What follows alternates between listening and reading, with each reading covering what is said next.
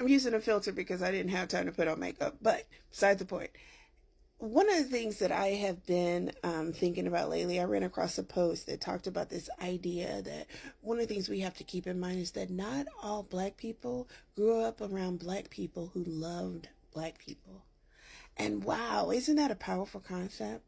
And I've thought about that when I've looked at some of the discussions that we've been having online, Kendrick versus Drake, Doechii in general.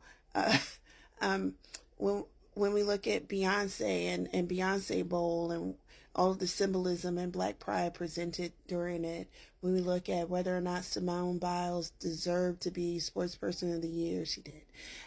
When we look at just so many different conversations, this idea that some of the people that are coming on and talking about this stuff have never really learned how to love black people. And I was really fortunate. I grew up around parents that, as often as possible, made sure that I had black representation. My first Cabbage Patch Kid, my dolls, etc., were black dolls.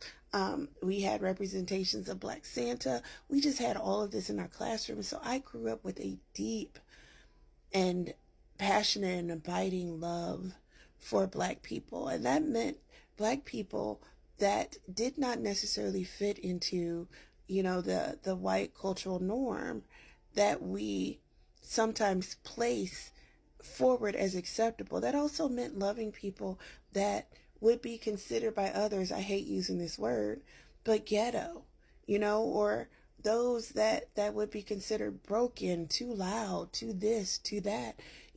This is the next reality in America, is that as black people, no matter what we do, it's not going to be enough, because there's a strain of anti-blackness that is just built into American soil, to the point that one of the conversations that is being had is whether or not Beyonce is American and can represent America.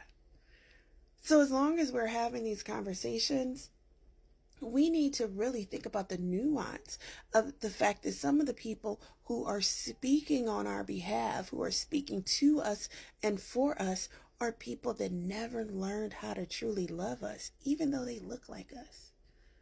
So you got to keep in mind that idea of all, skin folk and kinfolk.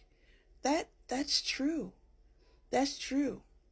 And so part of our strategy on how we as Black Americans move forward also needs to be, how do we address those people who look like us but don't love us?